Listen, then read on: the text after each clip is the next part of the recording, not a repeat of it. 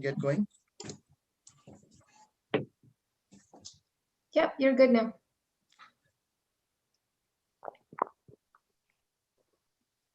Hello, everyone, and welcome to the book lunch today. And thanks for making the time.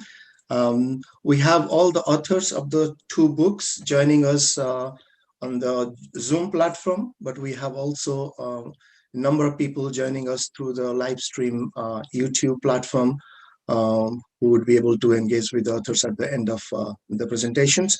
So the plan for today is we will have two quick introductions to the book by Dr. Fikret Burkiss and myself. And then we will hear briefly from each of the authors that are present here about their book chapters before we open it up for any discussions with the audience. So this is a great occasion today because we are bringing together two books which are on community and how communities engage with their resources, using their institutions in different parts of the world. It kind of, goes into the theory, the practice, and the policy aspects of community-based commons management. So the two books that are, going to be launched today. The first one is Advanced Introduction to Community-Based Conservation, written by Professor Fikret Burkiss. And the second book is Making Commons Dynamic, Understanding Change Through Commonization and Decommonization, which is edited by Pradeep Kumar Nayak. But we have 27 contributors who have written different chapters. So I would first like to invite Professor Fikret Burkiss to take 5 minutes or so to talk about his book before we move on to the next book. Fikret, please. Thank you, Pradeep. Thanks for everyone for showing up. Of course, it's Pradeep and his colleagues who organized it, so we're thankful for this book launch.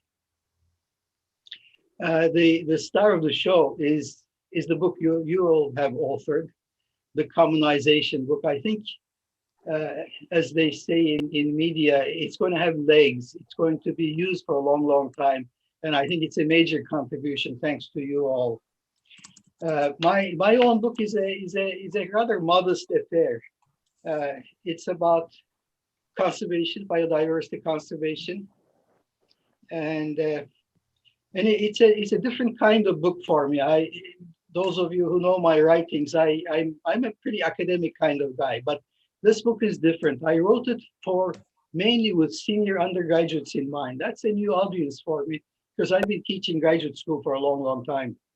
I wrote it because there is no suitable interdisciplinary text on biodiversity conservation that senior undergraduates, even masters, professionals, policymakers can use.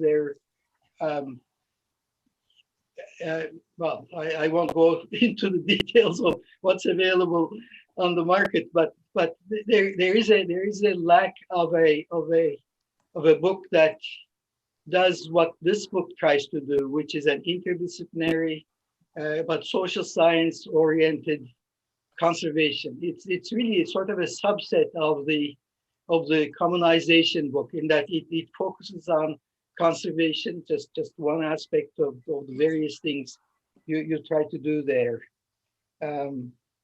So my motivation was to provide this readable, clear, concise distillation of not just the social science, but obviously it's got some science background in it as well. To me, biodiversity is not a technical issue. It's not a biological or an ecological issue solely.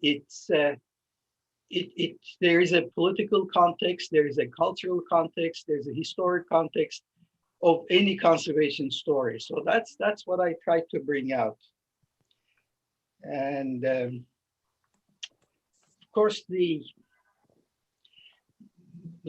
one of the major problems is that conservation as practiced now and has been practiced since the Yellowstone National Park is a rather colonialist kind of conservation. We have to get out of that.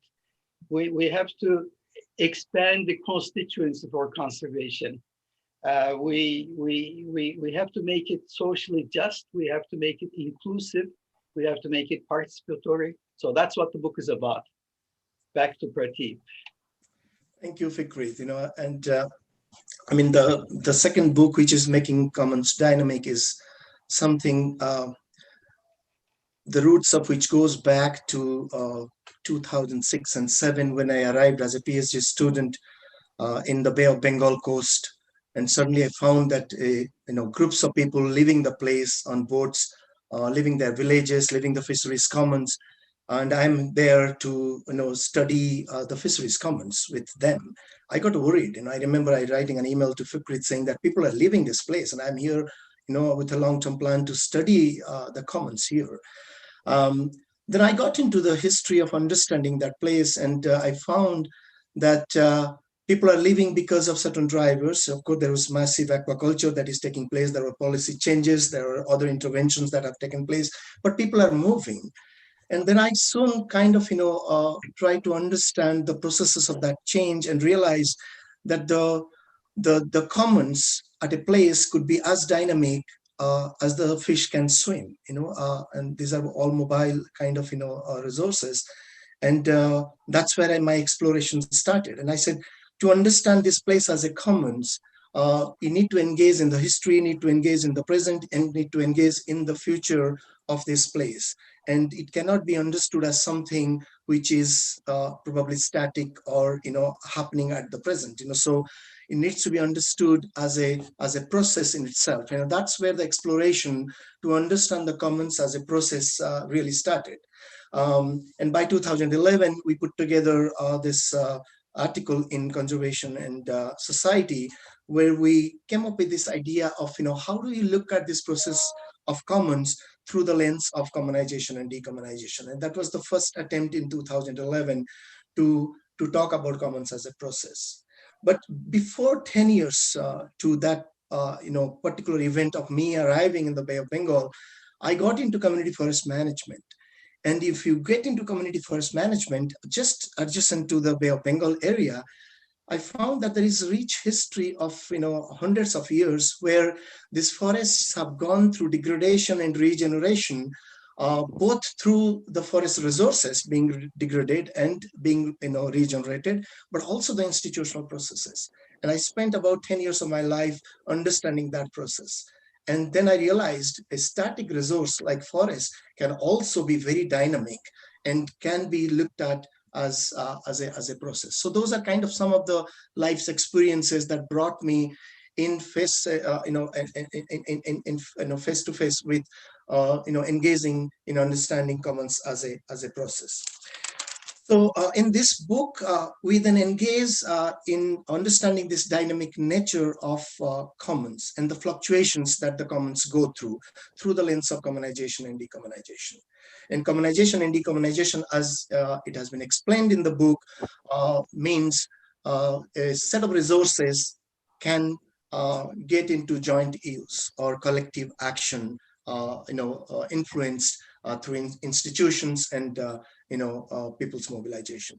But at the same time, if you look at decommonization, which is the other lens that we use, is a set of resources which are otherwise doing fine suddenly gets into some kind of threats and get into being decommonized. So they lose the essential characteristics of being the commons. And the framework that we propose in the book here in the first chapter provides three different trends. One is strong commonization, which means commons or the resources that can be managed as commons can exhibit strong elements of commons. But at the same time, there could be a decommonizing process whereby they can move away from being commonized or move away from being good commons, and then they lose the essential characteristics of being commons and therefore be decommonized. But the bigger trend is that most of these commons, as we see them today, go through a parallel or simultaneous process of commonization and decommonization. So there are certain elements of the commons that go through processes of commonization, but at the same time, there are other elements of the commons that can go through processes of decommonization. And it is very important to understand those two components and as parallel processes. So we asked 5 questions or explore 5 questions in this book through the chapters contributed by 27 authors. Of course, those 5 questions pertain to the factors that contribute to commonization and decommonization, what impacts and major trends emerge from those commonization, decommonization processes, what responses are being made by multiple stakeholders, not only the commoners, but also others directly or indirectly associated with the commons, what lessons we can learn from these commonization, decommonization processes, and how can we use those lessons to strengthen policy, practice, and theory of commons. So the book is set in 5 sections. Of course, the introductory chapter introduces the commonization and decommonization framework and provides the key elements that needs to be explored if we want to understand commonization and decommonization. 3 chapters then explore the roots of commonization. They focus on how commonization in different parts of the world are taking place. 4 chapters explore what enables commonization. 3 chapters look at the roots of decommonization. 4 chapters look at what factors enable commonization. And then 6 chapters really focus on commonization and decommonization being a parallel or simultaneous process. They give us the nitty-gritties of how this can be understood as a parallel process. And in closing, we have two chapters which look at how do we really learn from these lessons and craft or design innovative governance approaches to take commons into the future and manage them as commons into the future. So I see this book as a, like commons, we always say, is all about relationships and collaborations.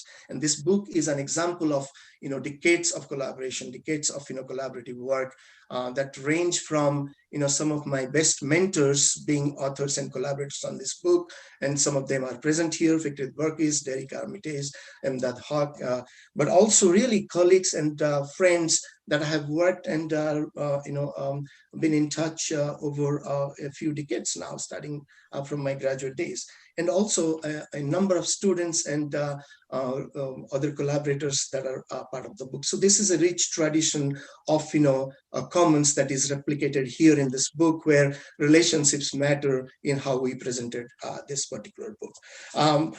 I'll stop there, but in the next several minutes, what we plan to do is we are going to invite our book chapter contributors, and we'll go in the same sequence as the book to briefly, really 2 minutes or 3 minutes, to highlight their chapters and say something about their chapters before we open it up for audience engagement. So the first in the series, and I'm not sure if either Patricia or Simran are here. Their chapter explores the roots of decommonization, and the title is The Dynamics and Performance of Marine Tourism Commons in the Karimunjawa Island Marine National Park in Indonesia. Is Patricia or Simran here? They are not, so we'll see if they can join us late, and then we'll give them a chance to talk about their chapter. Chapter 3, we move on to Jeremy Pittman, who is talking about the cascading effects of coastal commonization and decommonization. Again, Jeremy is not here because of other engagements. So I move on to chapter 4, and Bipul Singh. Bipul is here, and Bipul's chapter is Governing Fluvial Commons in Colonial Bihar, Alluvion and Diluvian Regulation and Decommonization. Over to you, Bipul, for next 2-3 minutes. Yeah, thank you, Prateep. So, as Prateep just mentioned, that Bay of Bengal is such a happening region. And my case study is actually about the region. It talks about the governing fluvial commons in colonial Bihar. And it discusses the different bodies of facts that were introduced to address the problem of revenue collection in the Dera land of, colonial Eastern India of Bay of Bengal. So while I talk about this, I examine the process of decommonization of the common land in this part of India. Dera is essentially, let me tell you a little bit about it. Dera is essentially a kind of a landmark in the river, it's like an island, and its formation is a result of sand and silt deposition over a long period of time. So what happens that in the initial years, a new land is created with sand, which is not very useful for cultivation. But then in subsequent years, it is then leveled by fertile silt. So what happens that after 8, 10 years, the river tide starts chiseling out deposited silt from the, kind of in a world's land, and then this Dera land is created. So Dera is in that sense kind of a cyclical phenomena. And this is very common in, this mid-Ganga part of Eastern India. So I have taken Bihar as a case study to understand what is happening in the Dera land in the 19th century. Now, because of its non-permanent nature, the community of the boatmen and the fishers, they live on these lands in temporary settlements, and they are severely dependent on the river for their irrigation needs, for their fishing, for their communication. So they move on boats, and it's very common in that part of the river. Now, the traditional rulers in the region understood the local ecology, and therefore they never imposed any kind of taxes on these kind of lands. So if you talk about the zamindars, who were the traditional holders of much of the upland of the floodplains, they left the Dera commons for the boatmen and fishers, and they stayed away from it. So there was no intervention at all. So traditionally, Dera land was a jointly used territory. But with the introduction of a series of new acts during the 19th century, that is all this story is about. The entire idea of leaving the land as common property, it was lost.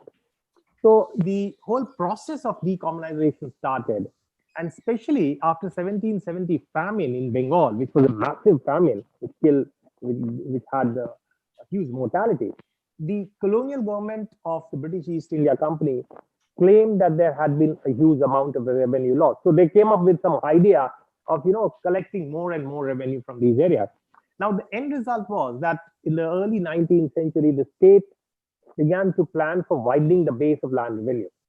And then the colonial government went on to pass the Alluvium and Diluvium Regulation Act of 1825, which is the major emphasis of this paper. And this was done in order to bring even a newly averted land under the permanent settlement to maximize the revenue. So what happens that the government was successful in taking the economic control of the averted territories through various acts and rules, and this led to massive Dera community migrations. So as Pradeep was telling us that he has seen many migrations taking place in these areas. Now, this is an area, this is a kind of a land which I call ephemeral, which is seeing full lot of migrations in those parts of India in the 19th century, and that continued even in the 20th century. So here, the driving force for decommunization, they're not just ecological, even though this is an ecologically very hostile zone. So the reason, the driving force actually here is the political and socio-economic, factors. And this is what I have emphasized on. So this historical narrative, in a way, suggests how life of the common actually flips into new regime characterized by whole kind of centralization and rent-seeking attitude that the state come up with. So this is the story of my chapter, and I think you'll be finding it very interesting. It's been written with a thrust on the process of decommunization. Thank you, Pradeep. Thank you. Thank you. Thanks, Vipul. So we move on to Arenga Kokila Galalapati and Eros Sini Madhu Galalapati. Their chapter is 5 Key Characteristics that Drive Communization, Empirical Evidence from Sri Lankan Shrimp Aquaculture. Thank you, Pradeep. First of all, congratulations to Pradeep Naik and Fikret Berkes for new books. And we have a whole history as well in Manitoba. And so here, like Pradeep said, so I'm led this publication, with Eroshani Madhu Galalapati. So this chapter based on my graduate research with Fikret Berkes. I used to be a shrimp farmer as well back in Sri Lanka, but it's a different kind of a shrimp farmer. So I would say community-based shrimp farmer. So the Sri Lankan shrimp aquaculture is a little bit different than the commercial oriented shrimp farmings. Initially, they used to have commercial large-scale shrimp farming in 1970s, but with the disease problems and other economic challenges, so they move slowly to community-based shrimp farming. So in this chapter, I'm trying to bring 5 key characteristics that that drive that change to commercial level shrimp, large-scale shrimp farming to small-scale shrimp farming. For example, I discuss the bottom-up multi-level institutions with mixed commons governance regime as a one driver, then collaboration and collective action, then having different partnership with government and common institutions, and use of the adaptive nature of commons governance process, and the effective networking and information sharing through commons institutions. Those are the 5 key drivers I'm introducing in this chapter. Back to Prateep. Thank you. Thanks, Arenga. Gabriela Lisenstein and Carlos Cohen-Ross. Their chapter is about vicuna conservation and the reinvigoration of indigenous communities in the Andes. Gabby.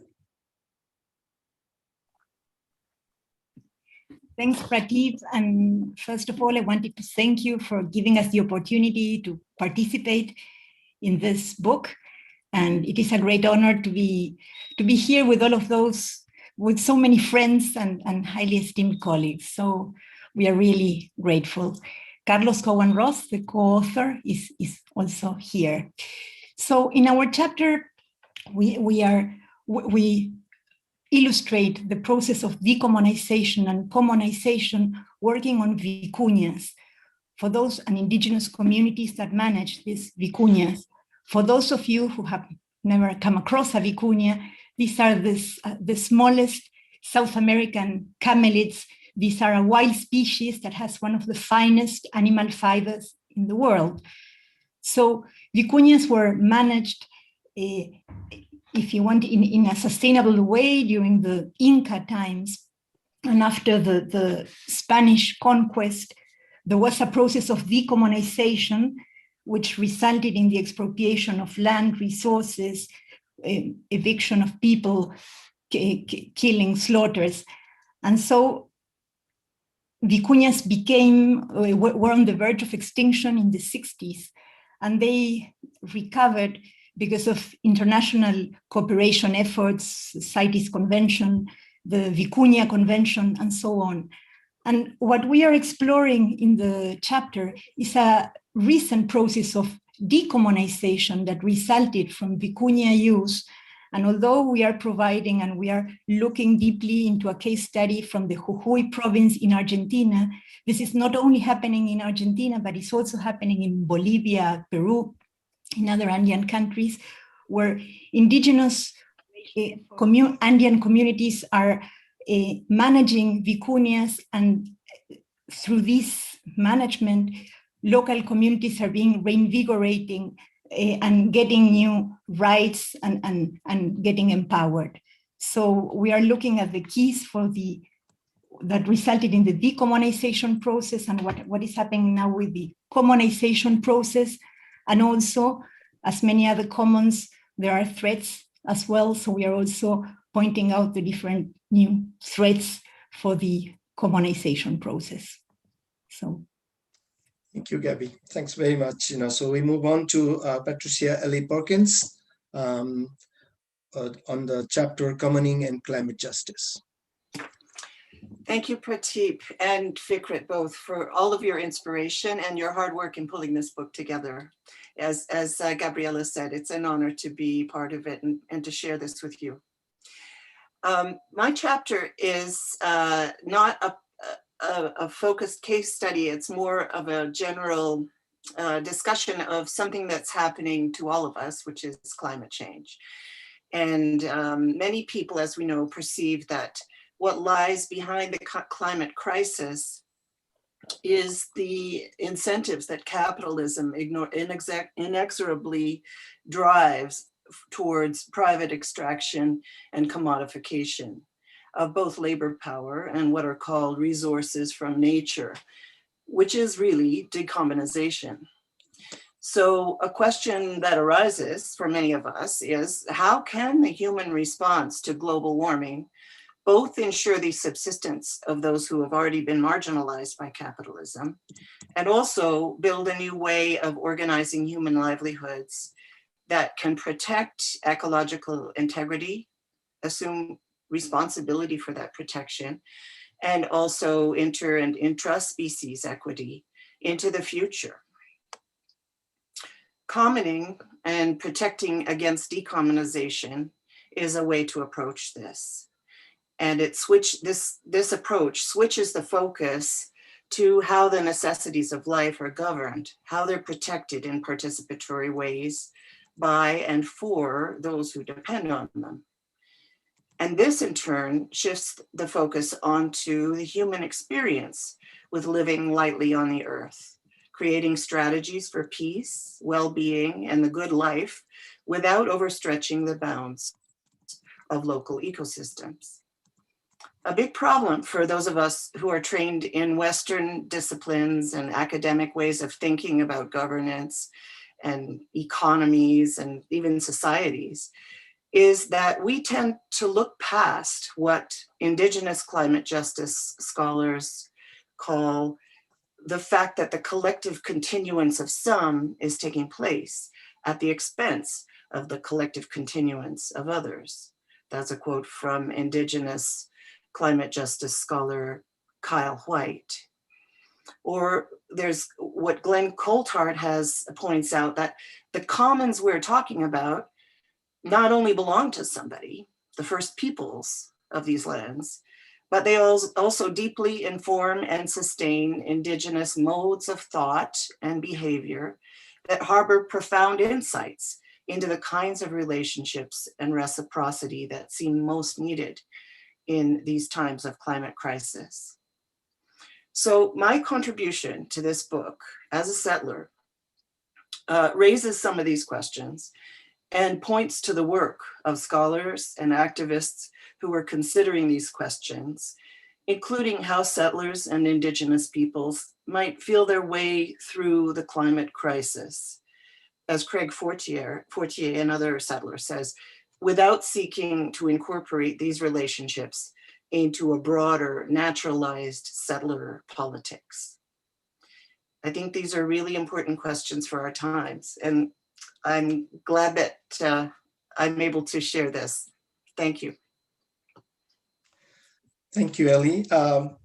Yolanda Lopez Maldonado, her chapter is about understanding groundwater common pool resources, communization and decommunization of centros in Yucatan, Mexico.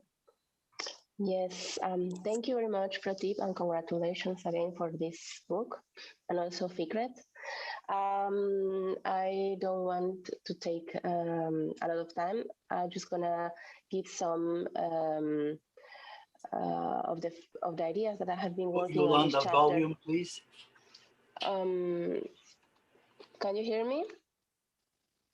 A bit louder, maybe. Yeah. Yeah, it's everything I have. Yeah. Well, this chapter is about communization and decommunization of groundwater resource. In Yucatan, in Mexico, we have groundwater caves that are called cenotes. And over the past, the ancient Maya used these cenotes as a source of water. And I explored different characteristics in which similar to the case of Vicuña that Patricia just mentioned, this resource was used and protected by the ancient Mayan as a common pool resource. And then we have the same natural system, but now has lost some of the main characteristics characteristics as a common point resource. So this was writing this chapter was a challenge for me because two main reasons. One was because groundwater systems are complex by nature, and you have a lot of uncertainties and understanding these ecosystems, but also you have a society that is very complex, that is the Mayan society, which if you put this society in a timeline, you can see that it's a society that has been there for a long time. So bringing those facts and time scale issues in a study aiming to understand how was the process of communization and decommunization of the same society, but different time in different times was a challenge indeed. What I have found in this work that actually was part of a conference that of a conference that we presented in a panel session with Prateep and Fikret in the conference of Common for the Commons in Edmonton, I think. One of the things I found was that population in Yucatan has lost some of the cultural values attributed to this resource. And some of those aspects of how people ascribe meaning to this resource was brought to the discussion in this chapter. What else I would like to mention? I think one important point that I want to say here is that as part of this project, I performed different activities with the local communities in Yucatan. And one of the activities was I performed cleanups with local members, which basically consisted in we visited those places and we clean up and take up some trash from the cenotes.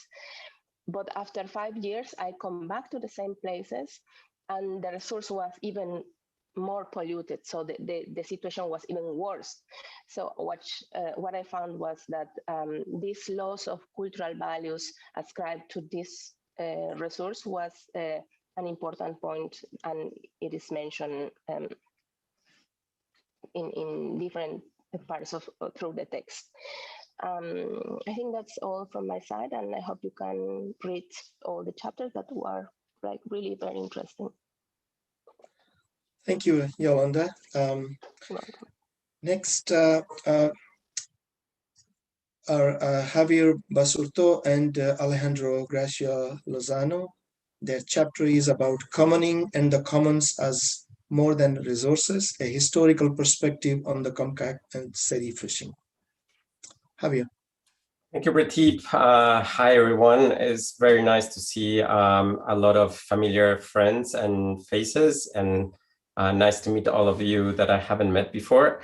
Alejandro cannot be here, which is too bad.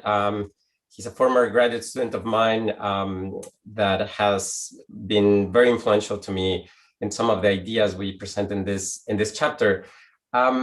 As some of you know, I've been working with the SETI or Comcac, an indigenous group in Mexico since I was an undergraduate.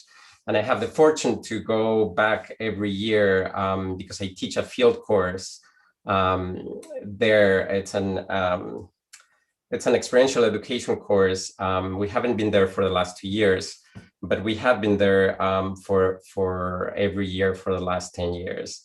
And so if you indulge me, I'll read from the book to describe what the chapter is about. So the purpose of this chapter is to bring commonization and decommunization into conversation with commoning, an explicitly relational concept that has emerged in more critical engagements with the commons to emphasize process and embodied forms of praxis as central for the maintenance and formation of commons. Reading the concepts of commoning and decommunization through one another, we argue, contributes to a more balanced understanding of the intricate, nuanced processes of emergence and dissolution of commons, commoning describes the constant coming together of humans within their broader milieu and can be understood as constantly changing and evolving relationality between humans, non-humans, their territories and histories, and the forging of subjectivities that ultimately give meaning to issues such as tenure, subtractability, and excludability, emphasized in common pool resource theories. Working together, these concepts can help to prevent us from thinking about the governance of commons as static moments of institutional alignment. Instead, they facilitate thinking of these moments as constituted by diverse, ongoing, and interrelated processes of governance, which inherently escape binary categorizations and thus, at times, contribute to processes of communization, and in other times, to decommunization, or both at the same time, depending on the optic from which these processes are observed and analyzed. So in this chapter, we engage this perspective of commons as intertwined relational processes, specifically in the context of a society where struggles for the self-governance of fishing commons has been prominent. The Seri or Comcac have inhabited the Sonoran Desert of Northwest Mexico for thousands of years, and were the last hunters and gatherers in North America to become sedentary. My Canadian colleagues can prove me wrong on this one. But they did not become an agricultural or cattle ranching society like other groups in similar biomes elsewhere in Mexico. Instead, fishing politics and fishing trade were the main motivations to sedentarize. Tracing historically the processes of collective action that emerged to govern property rights over fish and fishing territories by the Comcac provides fertile ground on which to better understand the dynamic processes of emergence of commons and moments of commoning. These processes inevitably entangle other material and symbolic aspects of daily life, such as the idea and expression of what a community is, among other issues of consequence related to societal development. Yeah. Thank you, Javier. Salman Farhad, her chapter is about concurrent processes of communization and decommunization of the Guadalquivir River in South Spain. Salman. Thank you. Hello, everyone. First of all, congratulations to both of you, Fikret and Prateep. And yeah, thank you very much, Prateep, for this opportunity to be part of this amazing book project and this great team. Yeah, it's a really honor. And my chapter is about the parallel processes of communization and decommunization that may take place simultaneously in one social ecological system. So it's based on an empirical case study from Andalusia region, south of Spain, where there are three key socioeconomic activities: rice farming, fishing, and tourism. And the key river called Guadalquivir River has been communized in one of these three areas, which is rice farming, but at the same time has been decommunized in the other two areas, which are fishing and tourism. So the chapter highlights the key role that governance in terms of institutions, rules, norms, formal and informal ones, and also the political context in general have played in shaping the path of the system and also in fulfilling the interest of a certain group of stakeholders within this system. So just as conclusion, the chapter emphasizes that if we aim for the general resilience of the whole social ecological system, then so it is important for us to keep its diversity, including the diversity of the socioeconomic and cultural activities. I mean, not just keeping alive the rice farming, but also keeping alive the other activities, which are fishing and tourism. So then in this sense, it would be helpful to study these potential parallel process of communization and decommunization, and especially the trade-offs between these two processes. Yeah, thank you.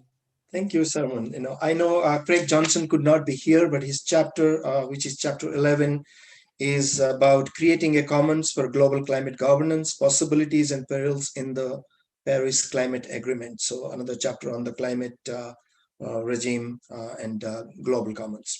So So we move on to Daniel Kluster and James Robson, whose chapter is on migration in the commons, recommunization in indigenous Mexico. Dan, please. Hello, good morning, afternoon, whenever it is for all of you. The sun is rising here in Southern California. It's an honor to be amongst you. Thank you for your collective work, and thank you to Prateep and Fikret for being leaders in these endeavors. So, can there be commons management without commoners to do the managing? And in Latin America, we see smaller families, communities that are becoming older and older, rates of migration that are phenomenal in many, many cases, a deterritorialization of livelihood such that the very resources being managed are less and less valuable. So Jim Robson, who's here in the house, and I have been working in Southern Mexico for, well, since the last century, for many years. And during that time, we have seen that migration is an overwhelmingly important social feature in the landscape. We have seen that populations in villages are declining, but the communities are not emptying out completely. Families are smaller, populations are aging, agriculture is declining. So our chapter looks at the things that are happening in a small number of indigenous communities, Chinantec and Zapotec communities in the Sierra Norte of Oaxaca. These are collective private properties where you are born into the community and you then have rights to the lands around you. You have usufruct rights to agricultural lands if they are in your family. You have collective rights to forests and grazing lands and things like that. And people work, they engage in the labor of collective management. They go to endless meetings. They talk and they come to agreements and they come to disagreements and then they come to agreements again. They talk it out. It's like a faculty meeting that never ends. But this is their life, right? And this is, for many of them, their identity. It's essential to their connections, as Javier said, to the living organisms around them and to their neighbors. And so in our work, even as we see these incredible challenges that they face, we also see communities responding in ways that are quite inspiring. And sometimes, I don't know, if you think about human beings as rational economic beings, which sometimes we are, some of us more than others, it doesn't make a lot of sense maybe. But we see renewed territorial responses. Some of these are related to other things that are going on in the world, government programs of community forestry and payment for environmental services. So at the same time that agriculture is less and less important, the commons do start to provide other things which are important. We see a reconfigured and a respatialized set of commons management practices. Yeah, there's migration. We sometimes refer to the Oaxaca, California, because there are so many people from Oaxaca, Mexico who live in California. And many of them, historically and still, maintain connections to their hometowns, their communities of origin, through hometown associations of different ways. So we're seeing respatialized communities and respatialized common management. And these are relationships and organizations which are fraught with struggle, with debate, with unhappiness about those commoners at home who don't understand how hard life is in the United States, and disdain for those commoners abroad who don't contribute to the hometown as much as they should. And yet they do it. And not everybody, and not forever, but somehow in many, many cases, they maintain a kind of a relationship to the commons, which is no longer spatially rooted in one place like it was 50 years ago, but is rather includes people living in Oaxaca City, Los Angeles, California, Chicago, and also communities in the Sierra Norte of Oaxaca. We're kind of calling this recommunization. These are people who are investing in maintaining their communities because their communities are essential to who they are and do have values of many kinds, including some of which are economic. So that's what we're seeing. We're seeing communities struggling to recommunize in the face of what are really overwhelming challenges. Thank you, Dan. The next chapter is by Sergio Villamayor Thomas and Gustavo Gracia Lopez. I think Sergio is here today. Their chapter is Decommunization and Communization, Dynamics and Social Movements, Insights from Meta-Analysis of Case Studies. Sergio or Gustavo, are you here? Hi, Yes. everybody. Hi, Gustavo. Pleasure to be here. I think Sergio is not here. He was, I think he was writing to me to excuse himself, but I didn't have a chance to look at the WhatsApp closely. But I'm here, so I'm happy to be here with all of you. Thank you, Prateep. Thank you, Fikret, and for putting this together, and especially for putting together the book. Wonderful to see many longtime friends, collaborators, colleagues around here. So our chapter basically looks at what is the role of social movements in communization, decommunization dynamics, and particularly understanding social movements as a force of communization in the context of community-based resource management. So we did a meta-analysis of cases up. I think the meta-analysis went up until 2012, the readings. And the meta-analysis was a selection of readings that discussed topics of social movements and CBNRM, not necessarily engaging in a conceptualization of this relationship many times just discussing in passing this. So we had to parse out and see what is it that is really happening and what is the role of social movements in many of these case studies that we reviewed. And basically we have in the chapter two different sections. One is looking at what are the decommunization drivers discussed in this literature that we reviewed, and many of them are, if not all, are of course well known to many of you here. So one of the main decommunization drivers is natural resource management policies, particularly recentralization policies, where there is autonomy taken away from local users, and this is a trend that we observe in some cases. The creation of protected areas, of course,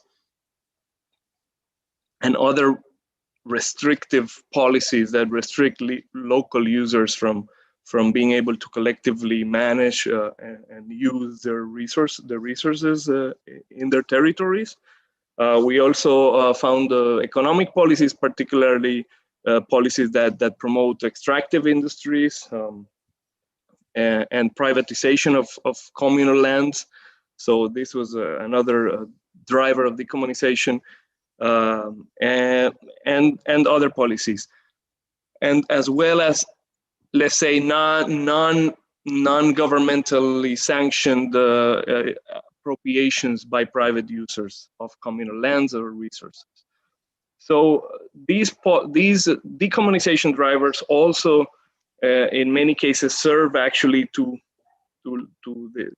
foster the emergence of social movements that then can kind of counteract these decommunization drivers by creating their own communization forces or processes. So we try to understand what are the ways in which movements foster communization. We have here. I don't know if I can show some of the, but maybe not we had some tables that kind of show the different ways in which communization is driven by social movements, but mainly, and this is also elaborated somewhat differently in a paper a few years ago in Global Environmental Change. We found that actually movements can contribute significantly to several of Lynn Ostrom's design principles, strengthening communal institutions, but more generally also defending community rights at the policy level, but also physically, literally serving to defend territories from the encroachment of private extraction, other users, or attempts to physically remove communities from their territories by governments, corporations. So one way is really the defense of communal rights and territories, advocating for community resource rights, and this has been perhaps the most documented was actually not perhaps, this is the most documented in about 60% of the cases. We found that social movements contribute to the defense of community resource use rights. Then secondly, the defense of community management rights, that's about 35% of the cases. The promotion of zoning or extractive reserves, which is associated to these community resource use and management rights. The formalization of community territorial boundaries is another important contribution. And so these are regarding rights and territories, but there's also other interesting ways in which movements contribute that are not necessarily associated to the typical, let's say, institutions of communal management. So one of them is the promotion of economic autonomy and economic livelihood, the reinvigoration of communal livelihoods that actually contribute to give communities economic autonomy, which in turn contributes to their political autonomy or political empowerment.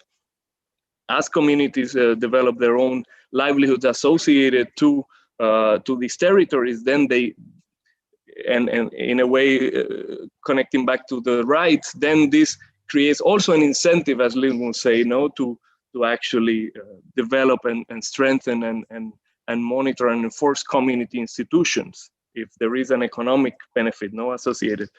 So the promotion of community economic projects, but also the creation of cross-scale, let's say, nested organizations and economic projects, both political and economic initiatives at nested scales is another of the contributions that we found from social movements. We found also that social movements can contribute to the community decision-making and community ties overall, and their organization capacities of, for instance, promoting community litigation capacities, advocacy capacities. So many times social movements serve to provide some training. So anyway, these are some of the main findings, and that's what our chapter focuses on, trying to understand really and tease out these multiple ways in which social movements can advance communization. Thank you. So, yep. Thanks, Gustavo. We move on to chapter 14, which is written by Saharis Khan and Emdad Haq. And the chapter is about decommunization and new communization of mountain commons in northern Pakistan. I don't have a confirmation from Saharis, but Emdad is here. Emdad, would you like to take a minute or two to highlight some of the aspects of your chapter? Saharis is also here. Okay. Yeah. So please go ahead. Whoever wants to. Go ahead, Dr. Haq, please go ahead. Well, first of all, I would like to congratulate Prateep and Fikret for publishing this two major work and appreciate your passion for the cause of the commons and local people. Our paper was based on the case of parks and protected areas in Pakistan. Pakistan's case is very interesting, and Saharis will elaborate a little bit more. It went through, as Prateep mentioned, that we took a historical approach starting since the 1970s and how the traditional commons was converted into protected areas and parks. But as a result of this, the traditional communities were detached. They are not allowed to use any resources and so on, and they were criminalized. And that didn't work, the deprivation of the local people and so on. But I was thinking this morning and in a more reflective way, and it's very interesting that there is a paradox that since the 1990s, that globally with the new liberal agenda, that trades barriers and movement of people, commodities, as Prateep and others elaborated, this has become a very dynamic. So everything was becoming freeing, but at the cost of the right to the local people. So on the one hand, things were being freed for efficiency and so on, but by eroding the rights of the traditional people and so on, affecting the human rights angle, the basic human rights, and also affecting almost all aspects of livelihood. We have seen cases in Mexico and other countries and so on. In Pakistan, it was no different. So it went through a number of, decommunization and then recommunization, all these processes and flip and flop. But what is interesting, the final point, is that the local people did not give up. They came up with innovative ideas and came up with a formula for co-management. So there was a formation of new institutional arrangement. So that was the case that we promoted. But it's interesting that this new liberal agenda throughout the world created these paradoxes. Thank you. It's over to Shariz. Thank you, Imdad, for this wonderful introduction. And I thank Prateep and Dr. Burkis for inviting us to present this paper here. And I'm lucky to have Prateep with me. I've been working with him for a long time and we studied together, and it's good to see the progress that he made over the years. Going back to the chapter that we presented, this is about the community we talk about is Shimshal community, which was my focus area. So Shimshal community has been living for centuries, isolated in an isolated area, village called Shimshal. And there was, when I went there was a jeepable road, but before that there was no road. So people used to travel like 3 days to get to the village. So there was no way out and there was no telephone when I was even working during my field work. And I was inspired by their motivation. Those communities were agro-pastoral community with small land holdings and yaks, which there's their pride to have the yaks. So these communities, when they were isolated, they look at the area and they wanted to make it agricultural land, that the barren land, they wanted to convert the agricultural land. And then an idea to how to do it. And they had only option to bring a tractor with a plowing machine with it to make that area for agriculture. So they requested army chief who was visiting the area region, and they asked, we need a helicopter to bring a tractor to our village. So without any road, the tractor came to their village. So that was their achievement, the first achievement. And since then they have built their own resources. So these communities are been living there for centuries and adapting to the local climate and the herding practices they have for yak herding, which is 12 months they use this pasture lands for their herding for fodder. When this area was, I mean, the northern Pakistan was princely state where this community was. Abolished by one of the prime ministers, Zulfikar Ali Bhutto, and then the total land was under the community before, and now they were trying to control the land. So they decided to convert into a protected area along the border of China. So there was the initial concept of how they played the international or national strategies to control the area. So to declare a national park would give them a kind of advantage along the border. So that was the initial thought. And then they were trying to exclude those local communities who were dependent on these resources. Over the years, am I going, going beyond the time? I know a few people have to leave, my apologies, but if you can conclude within the next few seconds. In the concluding words, this communization and decommunization process we tried to look at how these communities were controlling the resource and how they were decommunized through the implementation of or declaring the national park. And these community then gathered together, they decided to control the resources and formalize the institution, like Shimshal National Trust. They developed the Shimshal National Trust, and based on that, they're controlling the resources. So in the conclusion that we try to look at how to connect these commons within national parks, community. George, do you want to say something? No, we need to move on. I'm wrapping up. We're running out of time. Okay. And, maybe if there is a discussion, so you can come in. And, sure. So I'll stop here. Okay. And then there's a chapter that you can go through to Yes. explain. Yes. Yeah. Thanks to Saris and Emdad. We move on to chapter 15, which is led by Derek Armitage, with co-authors Evan Andrews, Jessica Blythe, Anna Carolina Dias, myself, Jeremy Pittman, and Sajida Sultana. And the chapter is governance in the process of decommunization. I know Derek is here, and over to you, Derek, please.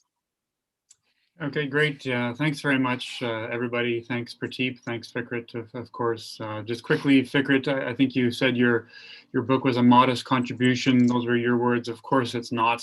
Translating those really complex ideas into an accessible way is a huge task, and something that few people can do as well as you. So I know this is going to be a really valuable resource for not just students, but for those of us that are perpetual students as well, like myself. So the contribution to the Commons book was a really engaging exercise. I want to shout out to the collaborators here. Evan Andrews, who's now a postdoc at Memorial, Jessica Blythe, who's a faculty member at Brock, Anna Carolina, who's working with us as a postdoc in the V2V project, which is fantastic. Of course, Prateep, Jeremy Pittman, a colleague at Waterloo, and Sajda Sultana, who's was a former student, but has been working with the UNDP as well. So we really enjoyed working together on this.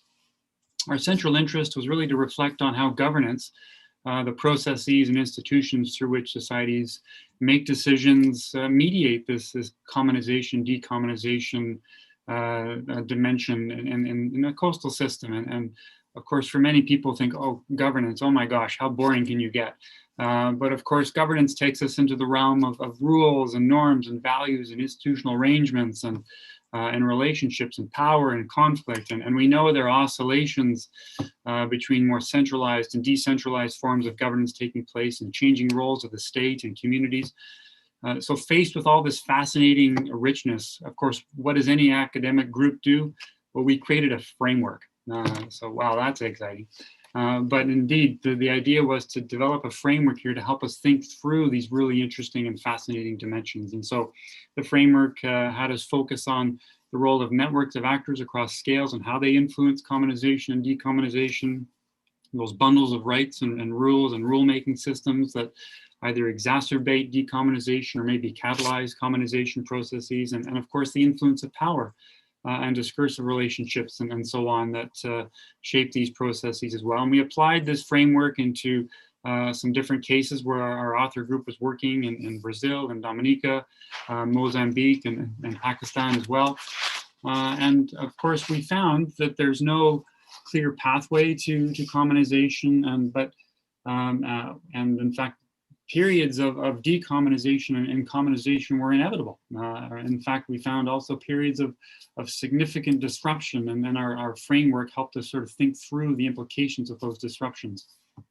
We explored, in addition, how common institutions, once commons institutions and rights are lost, once that process of decommonization has begun, and this has been alluded to by others, that opportunity to get them back is really difficult. And so, that notion of commonization becomes very, very challenging. Of course, that varies by case and context and history and so on.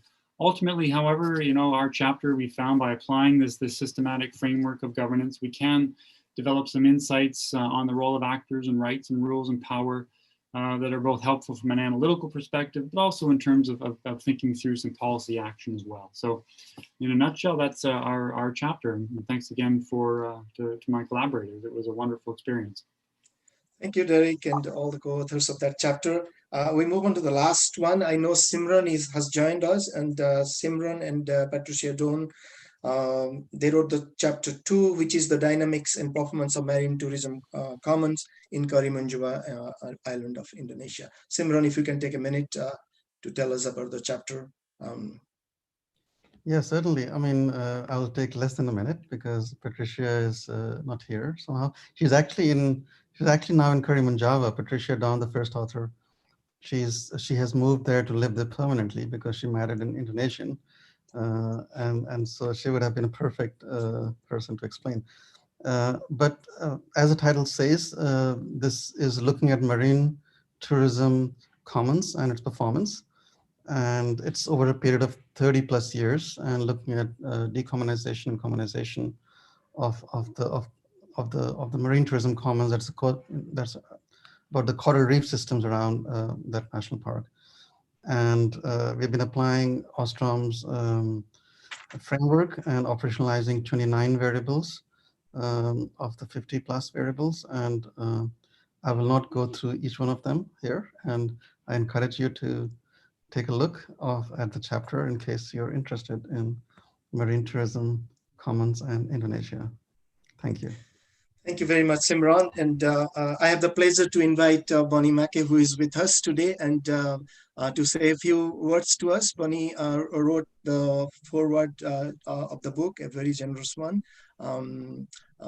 Please, Bonnie, over to you.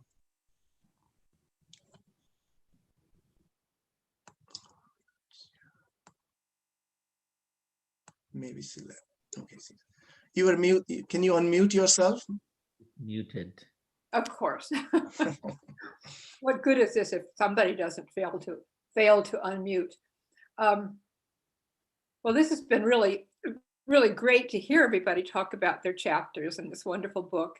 And I was honored to be asked by Prateep to write something about it.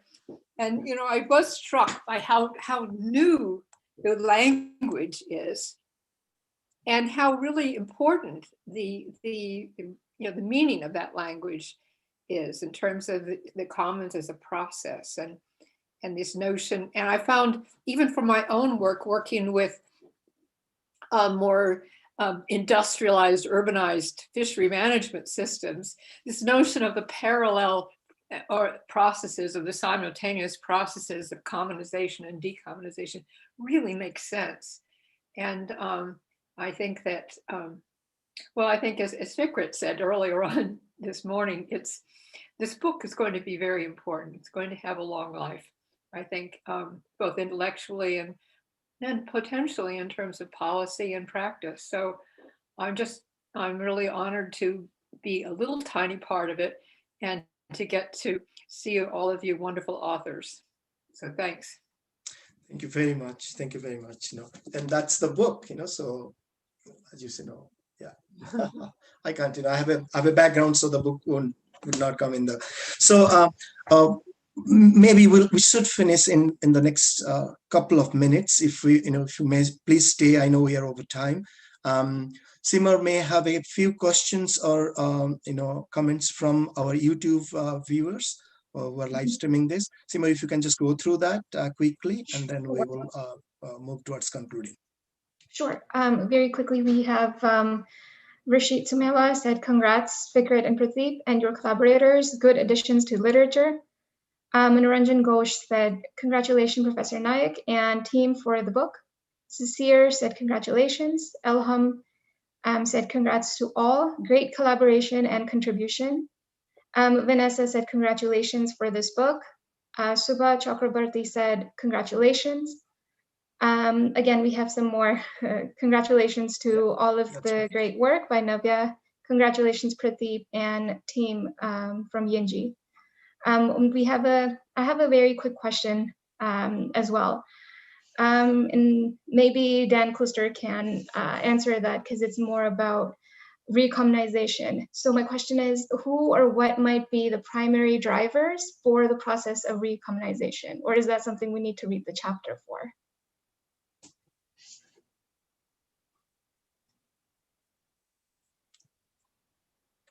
I think that the main driver for recommunization is culture. It is the relationship that people have as cultural beings and as people who perform their identity in different ways.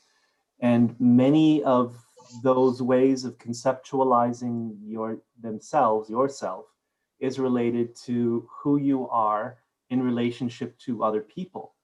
And when that identity and that culture is rooted in a historical process of being a commoner and relating to your neighbors as commoners and relating to the land as a collective property, especially for indigenous peoples, people who live close to the land, at least historically, I think that the driving force for recommunization, for resisting these overwhelming processes of tearing people apart and turning them into atoms in a market is that kind of connection. Thank you. Well, yeah.